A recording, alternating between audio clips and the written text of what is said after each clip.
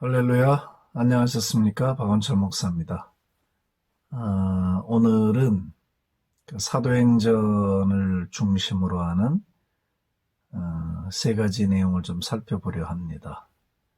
어쩌면 시대가 변해도 변치 않는 원리라고 할 수 있죠. 그 원리를 잘 알고 원리를 쫓아가면 우리가 실수하거나 혹은 실패하는 일이 아마 없을 겁니다.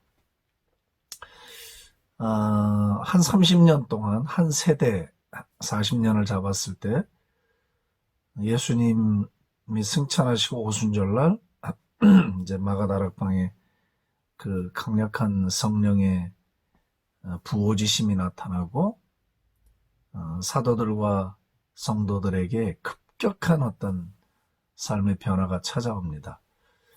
굳이 이제 단어를 빌리자면 교회의 성장이라고 하는 것은 그냥 어떤 수나 외형이 늘어나는 것을 말한다면 멤버십, 교인 수가 느는 것을 아마 성장이라고 말을 한다면 부흥이라는 건 아주 다른 개념을 갖고 있는 단어입니다. revival, 부활이라는 것과 부흥이라는 말이 같은 단어의 뜻이에요.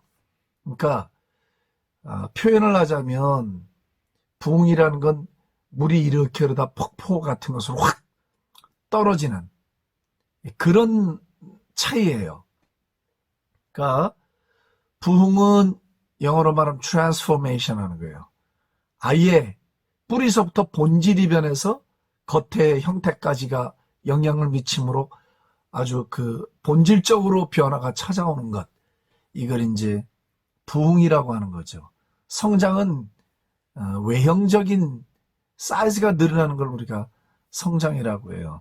교회 성장학과 교회 부흥은 근본적으로 개념이 다른 겁니다. 물론 부흥이 교회 성장을 포함할 수는 있지만 교회 성장이 부흥을 포함하지는 않습니다.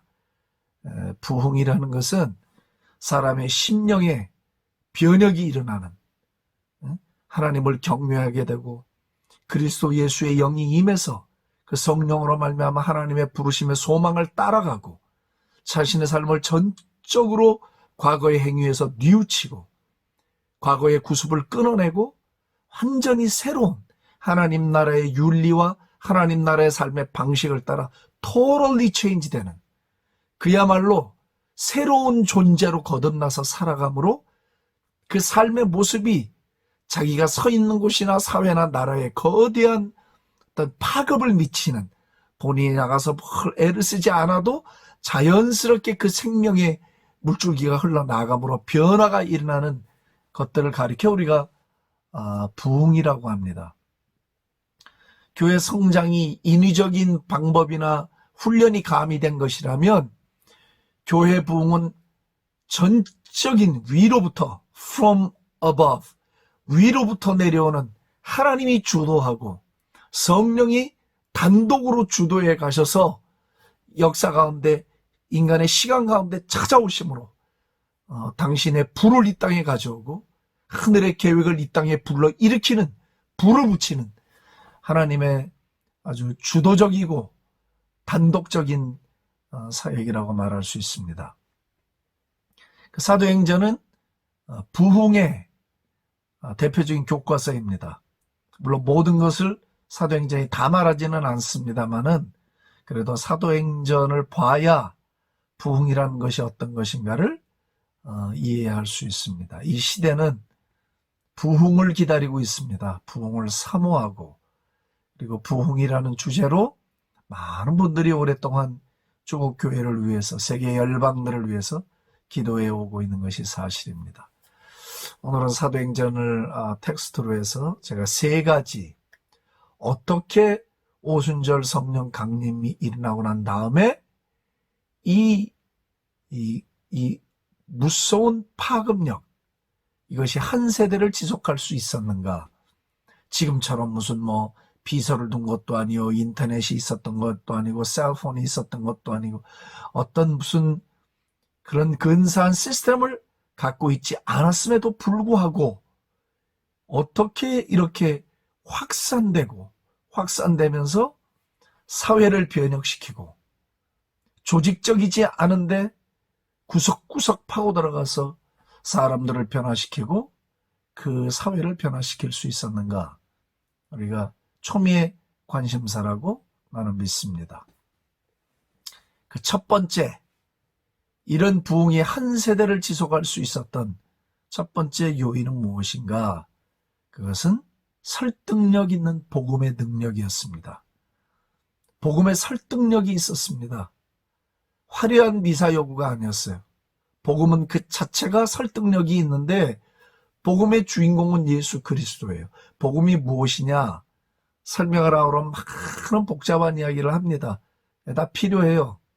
그냥 아주 단순한 도식을 만들어서 말하자면 복음은 곧 예수 그리스도입니다. 그분 자체가 좋은 소식이에요. 그분 자체가 모든 인생의 문제 답이어야 합니다. 제가 인도에 사역을 다닐 때 이제 저 북부 지역에 올라갔는데 이제 우리 훈련하는 그 장소가 옆에 학교 뒤편에 이제 언덕 위에 이렇게 학교가 있었어요. 그래서 시간이 좀 남아서 거길 이렇게 마을을 다니면서 보는데 인도는 이제 어디나 영어가 공용어니까 학교 그 건물 꼭대기에 이렇게 크게 표어가 붙어 있어요. 영어로 써져 있는데 지금 제가 정확한 문구는 생각이 나지 않지만 이런 거였어요. 교육은 모든 무지를 깨워나가는, 그래서 결국 진리에 도달하게 하는 과정이다. 이런 표현이 있더라고요. 그런데 그것을 보는데 깨달아지는 게 있는 거예요. 인간이 만든 최상의 교육도 무지를 깨우치는 시작에서 진리에 도달을 하려고 애를 쓰는 거예요. 그런데 우리가 예수 그리스도를 알고 나면, 그분을 믿는 순간, 그분이 내 구주로 내 삶에 들어오시는 순간 우리는 실타래가 풀리듯 처음과 끝을 다 알아요. 진리를 받아들이게 되니까 진리가 이해가 돼요. 세상의 공부는 공부해도 끝이 보이지 않는 거예요. 그냥 끊임없이 공부를 하고 탐구를 해야 되지만 그래도 답이 안 나오잖아요. 삶의 목표가 뭔지, 진리는 뭔지, 참된 진리는 무엇을 말하는지 답이 안 나오잖아요. 공부를 많이 해서 답이 나올 것 같으면 다 박사기를 받아야죠. 열심히 하고. 그런데 길이고 진리고 생명이신 예수 그리스도를 만나면 진리가 풀어져요. 진리를 알아요. 많이 배운 자나 못 배운 자나 부한 자나 가난한 자나 배경과 상관없이 하나님의 지혜요, 지식의 근본이신, 보이지 않는 하나님의 형상으로 오신 그리스도 예수를 믿고 눈이 떠지면 모든 진리를 한순간에 알아버려요. 구원에 이르는 진리를 한순간에 캐치업을 하게 돼요. 하나님은 어떤 분이고 창조주 하나님은 내 아버지가 되고 그 깊고 깊은 구원의 실체를 순간 다 얻게 돼요. 그래서 그리스도 예수 안에 하나님의 지식과 지혜, 보화가 다 숨겨져 있는 것이거든요. 이게 복음이에요. 복음은 예수 그리스도를 빼고는 설명할 수 없고 복음이 아니에요. 그리스도 예수는 복음이고 복음의 핵심이에요. 예수를 알면 다 한 거예요. 부족하지 않아요. 그리스도 예수를 알면 하나님을 아는 것이고, 그리스도 예수를 알면 하나님의 계획을 아는 것이고, 그리스도 예수를 알면 하나님의 비밀을 아는 거예요. 그래서 복음은 예수 그리스도예요. 사도행전의 사도들의 메시지를 한번 가만히 보십시오. 그 메시지가 굉장히 심플하죠. 그렇게 복잡하게 서론본론 결론으로 막 설교학에서 말하는 것처럼 엮여져 있지를 않아요. 근데 그 내용 속에는 꼭 십자가와 그리스도 예수의 대속의 고난과 부활이라고 하는 메시지가 딱 들어가 앉아 있어요. 살도 많이 붙인 것 같지 않고요. 무슨 예화를 갖다 붙인 것 같지도 않고요. 아주 심플해. 근데 이 단순하다는 것을 내용이 없다고 말을 하면 안 되죠. 그죠? 단순한 건 내용이 없는 게 아니에요. 복잡하고 어려운 걸 이해가 되도록 쉽게 전달을 할 수 있는 것을 단순하다, simplicity, 단순하다고 하는 거지, 단순하다는 건 내용이 없다는 게 아닙니다. 이해 못하는 내용을 설교하려거나 이해 못하는 것을 가리키려고 하면 가리키는 사람도 버벅거리고 뭔 말인지 모르고요. 듣는 사람들도 뭔 말인지 모릅니다. 서로 답답해요. 그런데 예수님을 알면 성경 66권이 이해가 돼요. 초등학교를 못 나온 이도 알고 대학 교수가 돼서 박사학위를 몇 개 가진 사람도 알아요. 그래서 구원받고 하나님을 섬기고 하나님의 계획을 알고 살아가는 일에 조금도 부족하지를 않아요. 그래서 이 설득력 있는 복음, 이것이 한 세대를 그 부흥을 지속시키는 원동력이었다는 거. 여러분, 기독교 복음은요, 사람을 순화시켜주는 게 아닙니다. 사람을 수딩해줘요. 부드럽게 해주고 better person, 더 나은 인간을 만들어주는 게 아니에요. 복음은 사람을 더 나은 사람을 만든다거나 통증을 달래주고 죄를 달래주고 그런 걸 복음이라고 하지 않아요. 병원에 가도 병이 있으면 의사들이 우리를 달래주나요? 원인을 딱 지적하고 메스를 들이대는 거죠. 그게 사람을 살리는 거예요. 복음은 사람을 나은 사람을 만드는 게 아니에요. 복음은 새 사람을 만드는 것이에요. 옛 것을 완전히 절단시키고 옛 것은 없는 것으로 보내버리고 그리고 새로운 사람, 하나님의 사람, 하늘로부터 온 사람을 만드는 것이 복음의 능력이에요. 그게 복음의 설득력이에요. 여러분 한번 생각해 보십시오. 사람을 달래기만 해서 변화가 됩니까? 아니죠. 그리고 세상에 나가면 지식이 많고 똑똑하고 돈 많은 사람들이 천지에 널려 있습니다. 그분들이 교회를 오면 무엇을 듣고 싶어 하겠습니까? 자기들이 아는 지식 범위 내에서 철학을 듣기를 원하겠습니까? 아니면 그냥 도덕적 교양의 내용을 듣기를 원하겠습니까? 아니면 과학적인 얘기를 듣기를 원하겠습니까? 경제적인 얘기를 듣는 것을 원하겠습니까? 나는 아니라고 봅니다. 가진 것 다 가지고 잘날 만큼 잘나고 재물도 있고 교육의 배경도 좋고 비교해서 손색이 없는 사람들이 교회를 올 때는 무엇 때문에 오겠습니까? 세상에는 없는 그 무슨 answer, 세상에서는 아무리 봐도 답을 찾을 수 없는 그 어떤 것이 교회 안에 머물고 있기 때문에 교회에 와서 그 답을 얻기를 위함이 아니겠습니까? 그게 정답입니다. 제가 지금 말한 이게 정답이에요.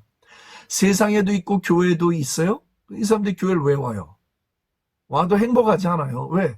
어차피 여기에도 있고 여기에도 있으면 세상에서도 그걸 얻을 수 있잖아요.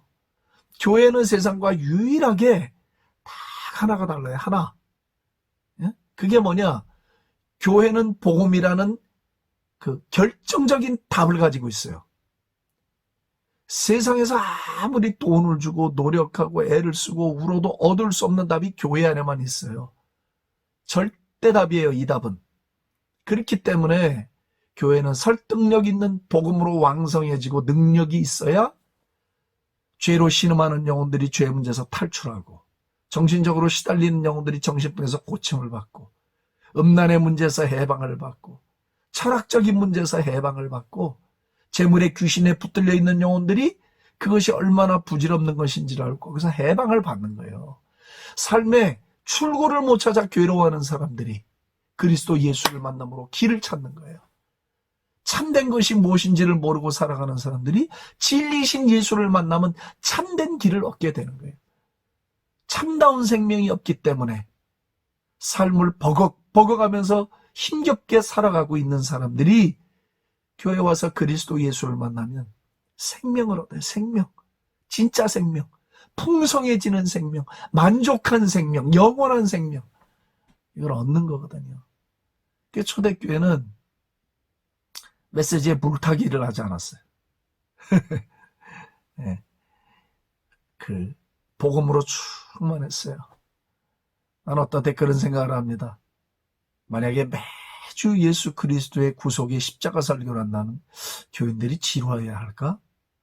아니면 설교하는 우리 목회자들도 과연 지루해서 안 하려고 할까? 이런 생각을 해볼 때가 있습니다. 왜 지루하죠?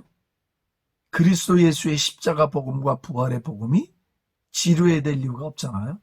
그죠? 언제나 들어도 새롭고 언제나 생명력 있는 그리스도 예수의 복음. 왜요?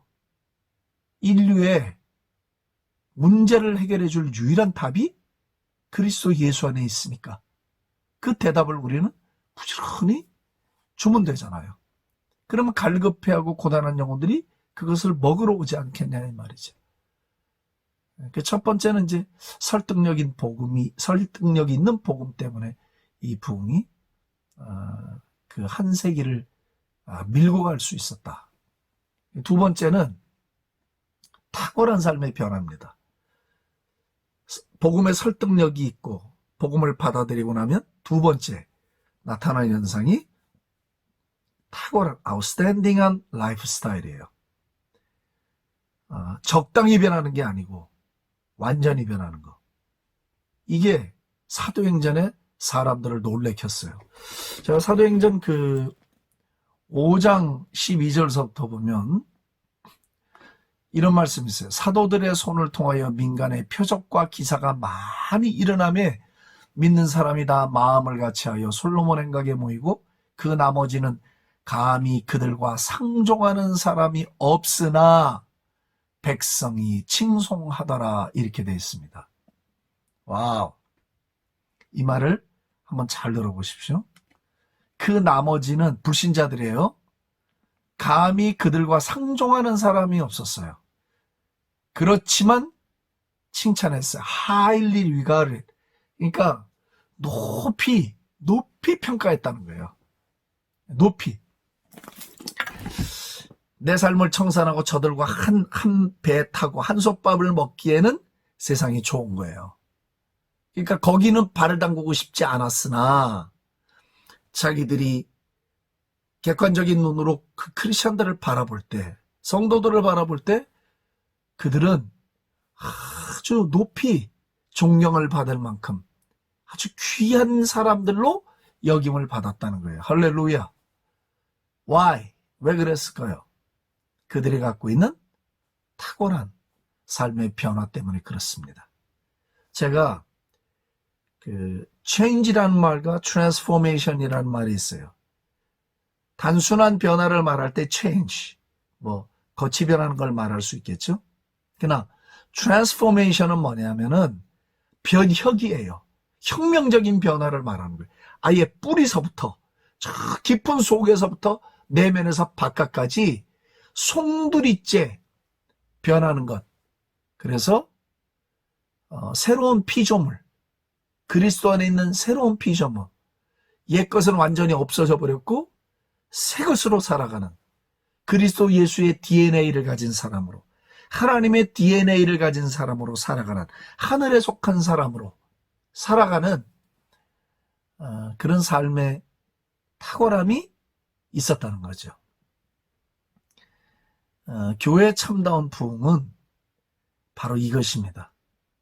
제 기억에 1960년대, 70년대 한국교회 부흥과 성장의 발판을 놓을 수 있었던 것은 제가 볼 때 그때는 먹고 사는 경제도 참 쉽질 않았고 보릿고개도 넘길 때고 경제 성장을 위해서 막 이제 기초를 놓고 막 일어서려고 하는 그런 때였고, 또 어찌 보면 목사님들이 그렇게 유학을 많이 가서 공부를 하던 때도 아니었고, 그렇다고 목사님들이 지적인 것이 세상적 기준으로 봤을 때 박사학위나 이런 학위자들이 있었던 것도 아니고, 그런데도 교회는 부흥을 경험했고 성장을 경험했어요.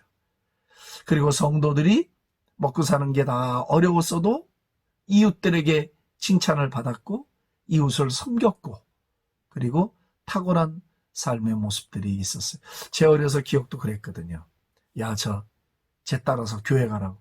그러니까 이것도 말을 좀 하고 나니 좀 그러네요. 제가 무슨 그렇다고 탁월하게 훌륭한 아이였다 그런 말이 아니고, 제 기억에 그 당시에 예수님을 믿지 않는 부모들도 애들은 교회를 보내려고 했거든요. 왜? 그분들 머리 안에는 본인들은 교회를 가고 싶지 않아도 교회를 보내면 아이들이 착해지고, 교회를 보내면 사람답게 되고, 교회를 보내니까 선해지고, 이득이 있더라는 거예요. 버릴 게 없더라는 거죠. 그래서 부모가 안 나가도 교회를 자녀들은 내보내려고 했던 때가 한국교회에 있었습니다. 그건 확연한 사실입니다. 그랬기 때문에 교회는 부흥과 성장을 동시에 경험할 수가 있었습니다. 그 탁월한 삶의 변화, 그리스도인들로서의 탁월한 삶의 변화는 한 사회에 막대한 영향을 미쳤습니다. 수가 많으냐 적으냐가 문제가 아니었어요. 이 당시에도 뭐 예루살렘 교회 성도 수가 돼봐야 몇이나 됐겠습니까?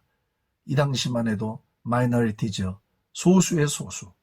근데 그 소수가 복음과 함께 삶의 탁월한 변화가 오니까 세상이 감당할 수 없는 무리들로 돌변해버린 거예요.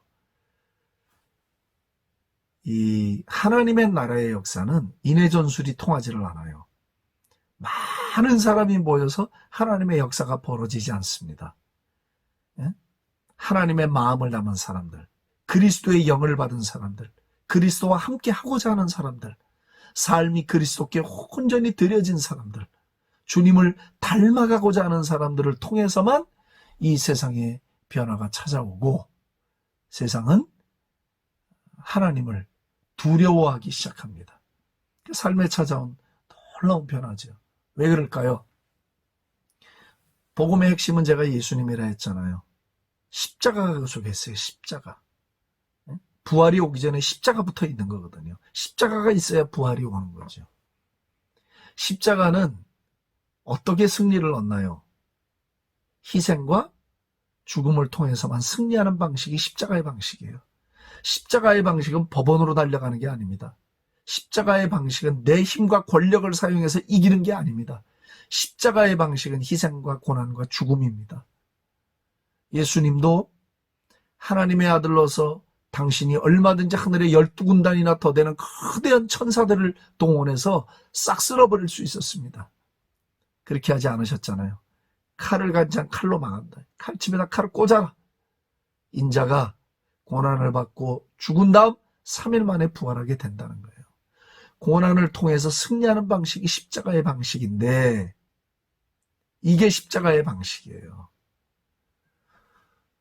그리스도인들의 삶의 탁월한 특성 중에 하나는 십자가적인 삶의 방식이에요. 지는 거, 희생하는 거, 억울해지는 거, 모함받는 거, 십자가를 지고 죽는 거. 받아들이기가 어렵죠. 이 시대에 이렇게 살려고 그러면 아무도 그렇게 살고 싶어 하지 않을 거예요. 참 불행하게도 신문지상이나 어디에나 보면 막 교회끼리 법원으로 달려가고 경찰을 부르고 하는 정말 슬프고 아픈 일들이 너무나 많거든요. 네? 십자가의 도를 따라 승리하려고 하는 노력이 보이질 않아요. 십자가는 지는 거예요. 죽는 거예요. 희생이에요. 억울한 거예요. 근데 결론은 거기에 생명력이 있어요.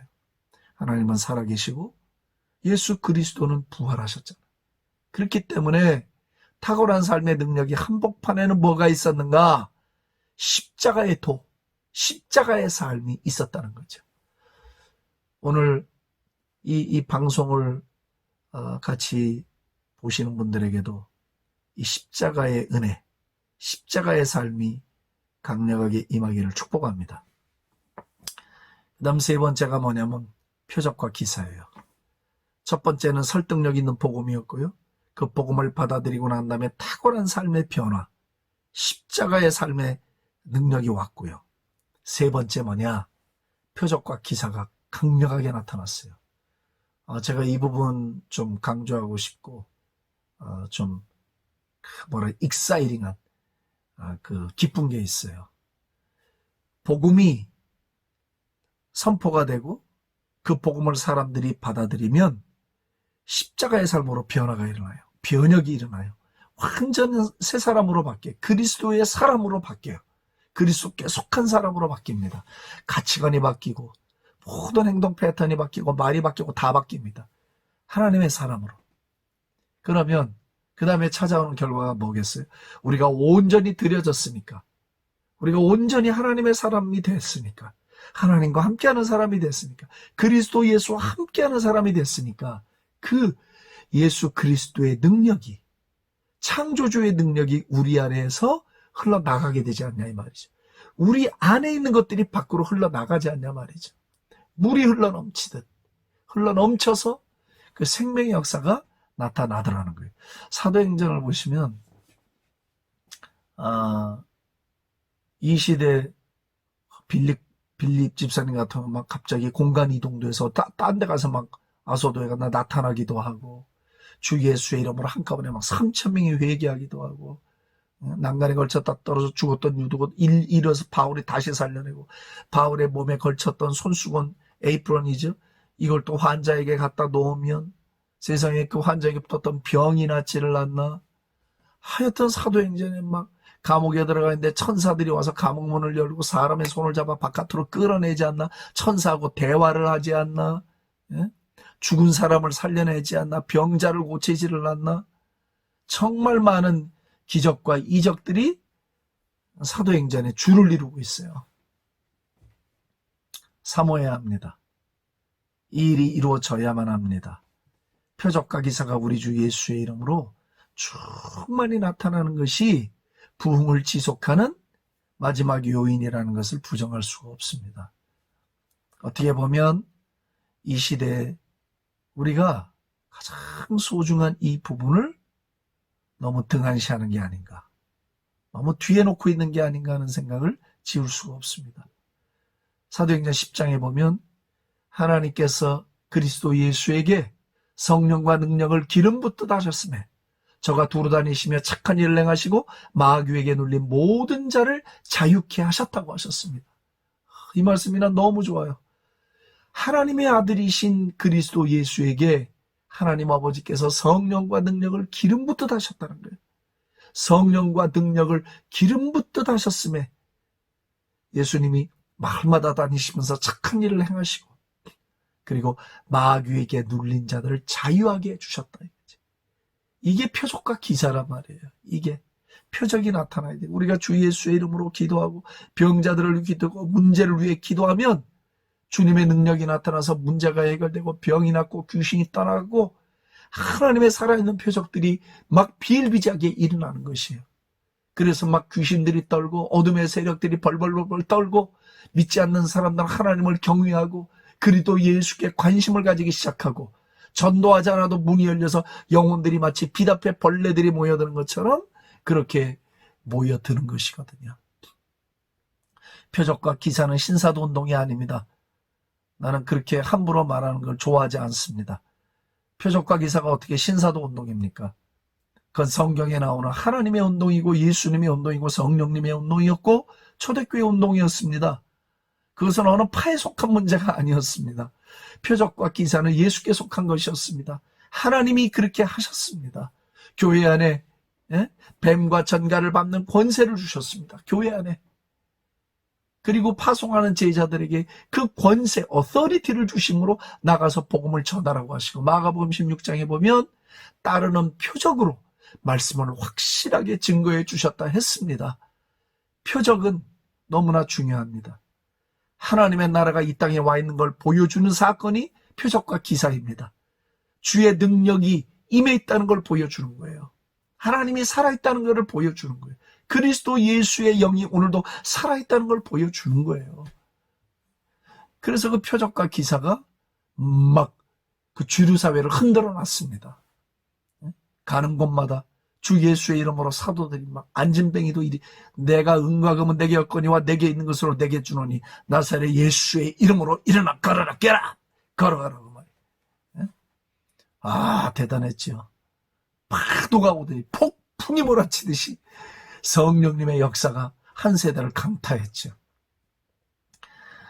제 마음의 간절한 소원은 어느 특정 집단이나 이런 데서만 무슨 전유물처럼 그런 표적과 기사가 나타나는 것이 아니라 6만여 교회, 전 세계 모든 교회들마다 우리 주 예수 그리스도의 이름으로 표적과 기사가 교회 안에서 마치 교회 트레이드마크처럼, 교회는 이런 곳이야, 교회만 가면 문제가 해결돼, 그래서 막 갈급하고 고통하는 영혼들이 교회에 와서 문제를 해결받는 표적과 기사가 나타나는 그런 사역들이 막 들풀처럼 일어나 주기를 간절히 소원합니다.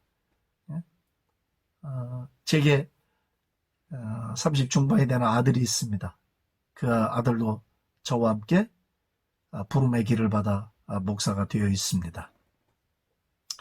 미국에서 자기의 사역을 하고 있는데 미국에서 태어났으니까 그 아이는 미제죠. 저는 국산이고 그래서 메이드 인 아메리카와 메이드 인 코리아가 두 나라 민족이 한 집에 같이 살고 있습니다. 아들이 19살쯤 됐을 때 거대한 은혜를 받았습니다. 이게 제 유튜브 방송이니까 얘기해도 괜찮겠죠. 정말 거대한 은혜를 받고 완전히 주님께 미쳐서 살다가 이제 주의 길을 가게 됐는데 얼마나 성경을 문자적으로 믿고 사모하는지 참 이 애비인 제가 봐도 참 부러울 때가 있고 대견할 때가 있어요. 야, 난 저 나이에 저랬나 이런 생각이 들 때가 있습니다. 정말 주님 사랑하고 순종하려고 하고 그런데 그 아들이 이 성경에 나오는 표적과 기사, 병 고침, 하늘의 은혜 이런 걸 다 맛보는 거예요. 그리고 그 예수님의 제자로서 그 이 땅에서 펼치는 게 너무 자연스럽다는 걸 믿는 거예요. 그래서 제 아들은 그냥 그렇게 살아요. 그걸 당연히 여기고 그렇게 살아요. 조금도 이상하게 여기지 않고. 그래 아주 자연스러워요. 제가 격려해주고 같이 사역할 때도 참 힘이 되고 얼마나 감사한지 몰라요. 얼마나 감사한지 몰라요.